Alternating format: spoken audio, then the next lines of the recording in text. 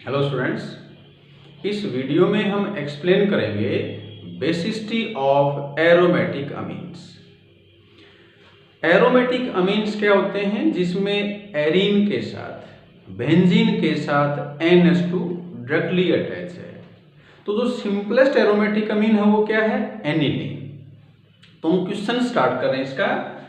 Aromatic amine aniline are weaker base than aliphatic amines या ammonia explain. यहाँ different type से question पूछ सकते हैं। क्वेश्चन पूछ सकते हैं aromatic amines are weaker base than aliphatic amines या अमोनिया, या फिर पर्टिकुलर नेम से आ जाए aniline is weaker base than ammonia, या जैसे आ जाए मीथेन अमीन।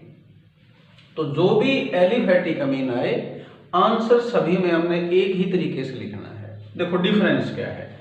एरोमेटिक अमीन के अंदर कंजुगेशन है। कहां होती कंजुगेशन?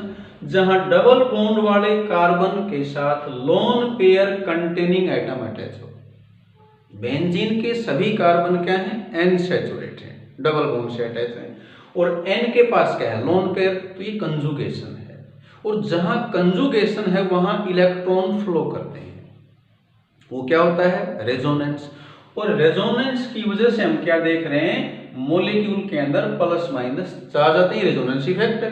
तुम जैसे भी कहें रेजोनेंस की वजह से कहें लोन पेयर ऑफ इलेक्ट्रॉन है वो डीलोकलाइज हो गया।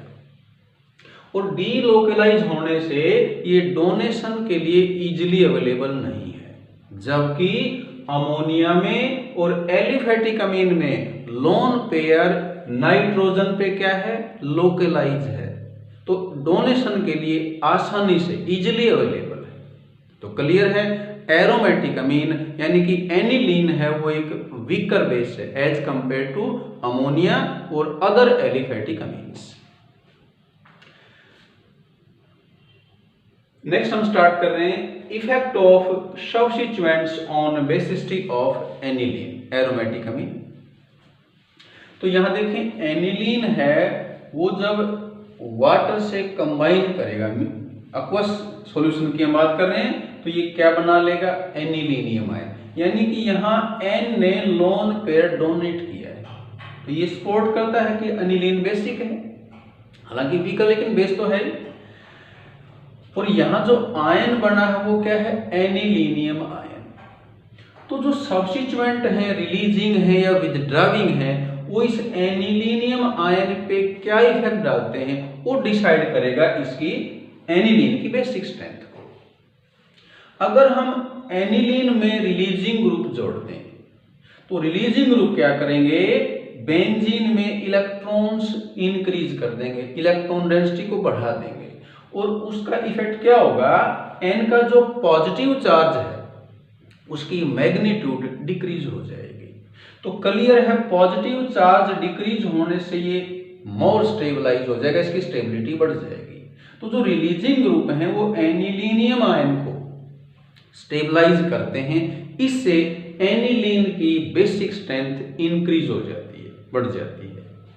जबकि विथड्रॉइंग ग्रुप अगर हम जोड़ दें तो जो विथड्रॉइंग ग्रुप हो क्या करेंगे? बेंजीन से इलेक्ट्रॉन को विथड्रॉ करेंगे, अपनी तरफ अट्रैक्ट करेंगे।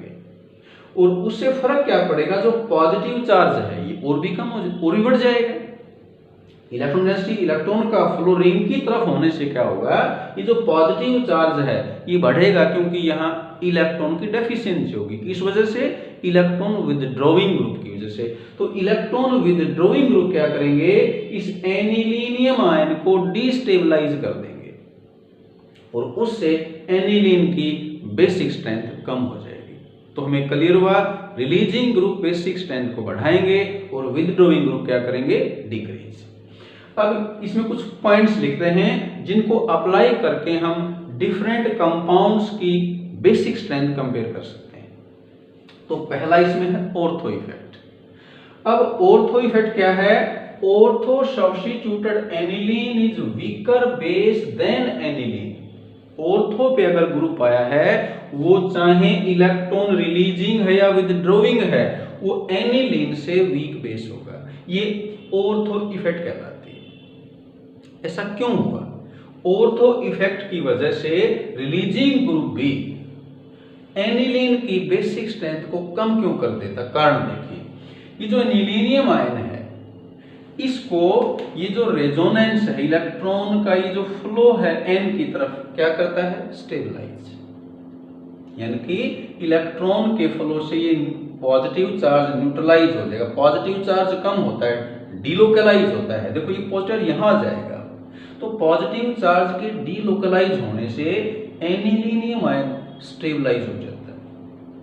अगर ऑर्थो के ग्रुप आ जाए, चाहे रिलीजिंग ही क्यों ना हो, तो इन दोनों में स्टेरिक हिंड्रेंस की वजह से ये जो NH3 है इसका प्लेन चेंज हो जाता है, और प्लेन चेंज होने से जो इलेक्ट्रॉन का फ्लो था ये नहीं हो पाएगा।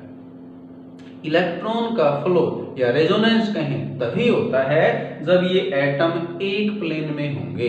तो इनके बीच रिपल्सन की वजह से, स्टेरिक हिंड्रेंस की वजह से NH3 का प्लेन चेंज हो गया, तो ये रिंग के प्लेन से दूसरे प्लेन में चला गया। इस वजह से ये जो स्टेबलाइजेशन था due two plus are effect of ring वो यहां नहीं हो पाएगा, तो ये क्या हो गया? Less stable. रिलीजिंग ग्रुप की प्रेजेंस से भी ये क्या है? एनिलीनियम आयन से ये एनिलीनियम आयन लेस स्टेबल है। तो क्लियर है, ऑर्थो पे ग्रुप आएगा ना तो वो बेसिक स्ट्रेंथ को डिक्रीज करेगा, चाहे रिलीजिंग है चाहे विथड्रॉइंग। विथड्रॉइंग तो करते ही है, लेकिन रिलीजिंग ग्रुप भी बेसिक स्ट्रेंथ को कम करता है, क्योंकि इसका जो इफेक्ट था इस पॉजिटिव चार्ज को कम करना वो हो नहीं पाएगा। किस वजह से? NH3 का प्लेन चेंज होने से। ये ऑर्थो इफेक्ट का हमने एक्सप्लेनेशन दिया, आंसर दिया। सेकंड पॉइंट है इलेक्ट्रॉन रिलीजिंग ग्रुप है या डोनेटिंग ग्रुप हो, क्या करते हैं? स्टेबलाइजेशन। अभी हमने बताया स्टेबलाइज करेंगे एनिलियम आयन को और बेसिसिटी को बढ़ा देंगे, जबकि विथड्रॉइंग ग्रुप है वो इसकी स्टेबिलिटी कम करेंगे और बेसिक स्ट्रेंथ को भी कम कर देंगे। थर्ड है effect of electron releasing and electron withdrawing group is greater at para position than meta position. तो इन पॉइंट्स को अप्लाई करके हम इन डिफरेंट कंपाउंड्स की बेसिक स्ट्रेंथ कंपेयर कर सकते हैं। तो यहां पहले मैंने एनिलीन के अंदर रिलीजिंग ग्रुप इंट्रोड्यूस किया है CH3।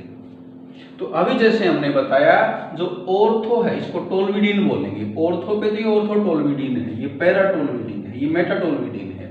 ऑर्थो टोल्विडीन वीकेस्ट बेस है, क्यों है? Due to ortho effect. अब बाकी जो दो हैं उसमें CH3 क्योंकि रिलीजिंग ग्रुप है, वो अभी बताया हमने एनिलीनियम आयन को स्टेबलाइज करेगा, बेसिक स्ट्रेंथ को बढ़ाएगा, चाहे मेटा पे है चाहे पैरा पे है, लेकिन पैरा पे ज्यादा बढ़ाएगा। उसका कारण क्या है?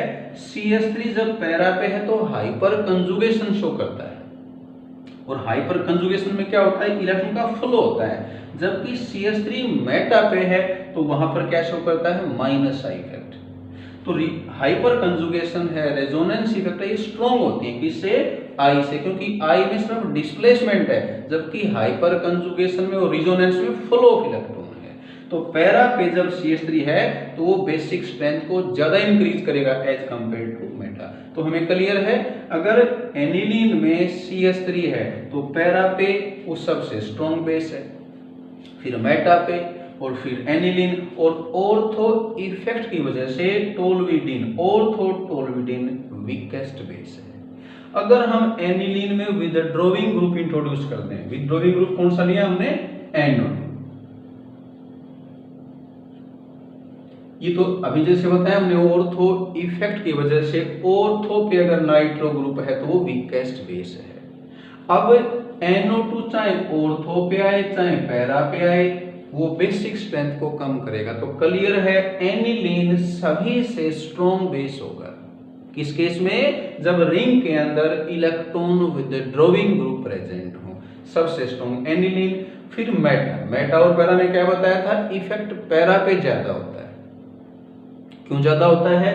क्योंकि पैरा पे NO2 की क्या है? माइनस आर इफेक्ट, और रिजोनेंस इफेक्ट से होता क्या है? ये पॉजिटिव चार्ज ज्यादा बढ़ जाएगा, जबकि मेटा पे क्या है? माइनस आई इफेक्ट, और माइनस आई से पॉजिटिव चार्ज इतना ज्यादा नहीं बढ़ पाएगा।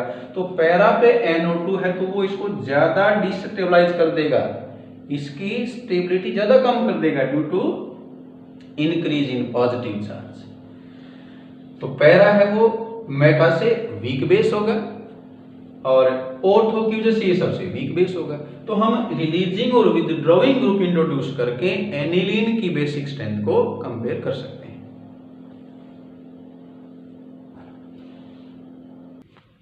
लास्ट में इस टॉपिक का एक क्वेश्चन ले रहे हैं हम। क्वेश्चन है arrange the following in order of their increasing basic strength. Compound दे रखे हमें पैराटोल्यूडिन, एनिलीन और पैरा नाइट्रो एनिलीन।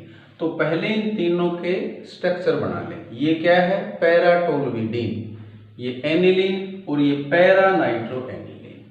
हमें पता है NO2 विथड्रॉइंग ग्रुप है। क्या करता है? ये बेसिक स्ट्रेंथ को डिक्रीज करेगा। तो एनिलीन के कंपैरिजन में पैरा नाइट्रो एनिलीन एक वीकर बेस होगा, जबकि पैराटोल्यूडिन के अंदर CH3 है और CH3 कौन सा ग्रुप है? Electron releasing group. तो रिलीजिंग ग्रुप क्या करेगा? बेसिक स्ट्रेंथ को बढ़ाएगा। क्यों बढ़ाएगा? क्योंकि ये एनिलीनियम केटायन को स्टेबलाइज कर देगा। तो इस टॉपिक में, इस वीडियो में जो हमने एक्सप्लेन किया उसको बड़ा ध्यान से देखें। बड़े इंपॉर्टेंट क्वेश्चन बनते हैं इसके अंदर। और जो क्वेश्चन बुक में, जैसे मैंने एक क्वेश्चन लिया है, इस तरह के दूसरे क्वेश्चंस भी हैं, उनको सॉल्व करें। इसमें इतना ही करते हैं। Thank you.